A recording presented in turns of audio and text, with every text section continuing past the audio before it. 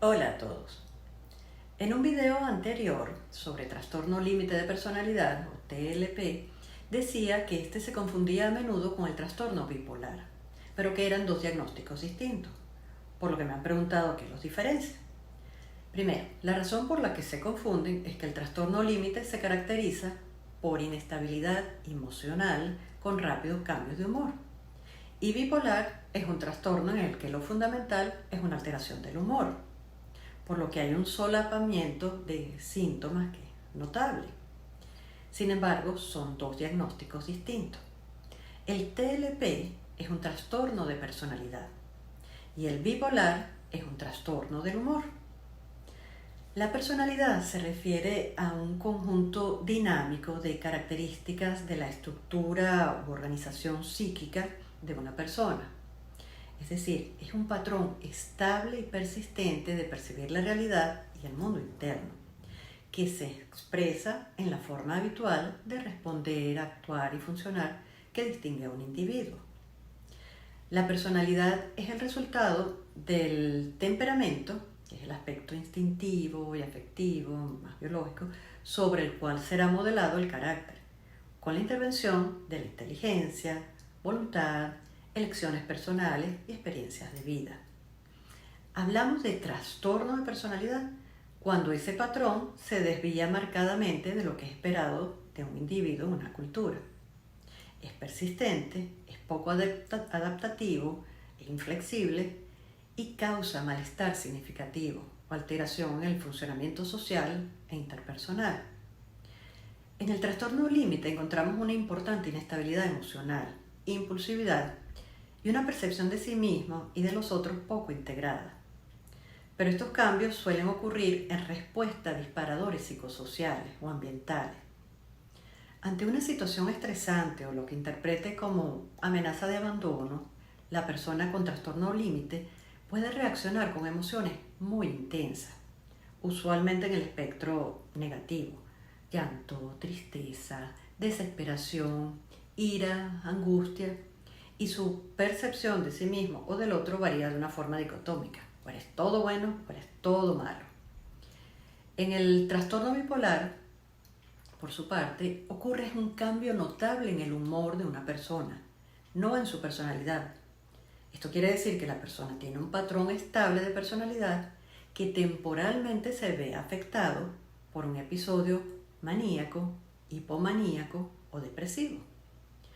Los trastornos del humor están fuertemente influenciados por factores genéticos y biológicos, mientras que en el trastorno límite juegan un papel más importante las influencias ambientales en el desarrollo de la personalidad, como crianza, tipo de vínculos de apego con los padres y además los disparadores actuales de las respuestas emocionales, sean estos por conflictos en sus relaciones interpersonales, formas de interpretar lo que pasa en su vida o situaciones estresantes. Para hacer diagnóstico de un trastorno bipolar 1 se requiere al menos de un episodio maníaco.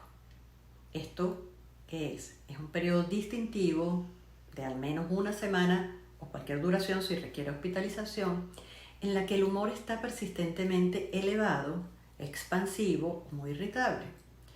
Además puede haber una autoestima superinflada, se sienten grandiosos. Puede haber un exceso de actividad que se expresa en una necesidad de dormir muy disminuida, tan hiperactivo, con mucha necesidad de comunicarse, de hablar, de socializar. Hay aceleramiento de las ideas y del lenguaje. Puede haber ideas delirantes, tipo megalomaníacas o grandiosas, mesiánicas, distractibilidad, impulsividad, conductas riesgosas como gastos excesivos, negocios absurdos, indiscreciones sexuales, abuso de alcohol, de sustancias, comportamiento socialmente inadecuado que muchas veces requiere hospitalización. En el bipolar 2 se requiere tener un antecedente de al menos un episodio depresivo y un episodio hipomaníaco, que es parecido al maníaco pero menos grave. La duración puede ser de 4 días, sin ideación delirante, y aunque es llamativo, es notable, usualmente no altera el funcionamiento social o laboral. y no requiere hospitalización. Como verán, no se trata simplemente de cambios emocionales para diagnosticar bipolar. Estos episodios tienen que tener ciertas características, criterios de inclusión, de duración y de gravedad para hablar de manía, hipomanía o depresión. ¿Puede una persona con trastorno límite de personalidad ser diagnosticado con trastorno bipolar? Sí. Puedes tener una personalidad normal o tener un trastorno de personalidad y además tener un trastorno afectivo bipolar. En cuanto al tratamiento, hay diferencias. En el trastorno bipolar es importante el tratamiento farmacológico. En el caso de pacientes en un episodio maníaco, no se hace psicoterapia en ese momento, no se benefician de eso, hay que primero controlar la manía con el tratamiento farmacológico. Posteriormente el tratamiento va a envolver evitar las recaídas y la psicoterapia se va a enfocar en que el paciente tenga conciencia de la enfermedad que tiene, adherencia al tratamiento farmacológico, reconocimiento temprano de los síntomas cuando se está descompensando, el poder identificar estresores y mejorar el funcionamiento familiar y cómo su enfermedad ha impactado en sus familiares. En el aspecto farmacológico pueden utilizarse estabilizantes del humor, antipsicóticos atípicos y antidepresivos, entre otros. En cambio, en el trastorno límite, como es un trastorno de personalidad, no hay tratamiento farmacológico específico para los trastornos de personalidad. No hay ningún medicamento que haya demostrado en el tiempo ser uniforme o notablemente útil en el paciente limítrofe. La tendencia es darle cada vez más importancia a la psicoterapia. Se podrían tratar farmacológicamente los síntomas que generan mayor malestar en un momento dado. Por ejemplo, si lo que predomina es la ansiedad o si hay un episodio depresivo o la irritabilidad, la agresividad es importante, podrían prescribirse antidepresivos. En algunos casos puede ser útil utilizar un estabilizante del humor o un medicamento que ayude a controlar la impulsividad.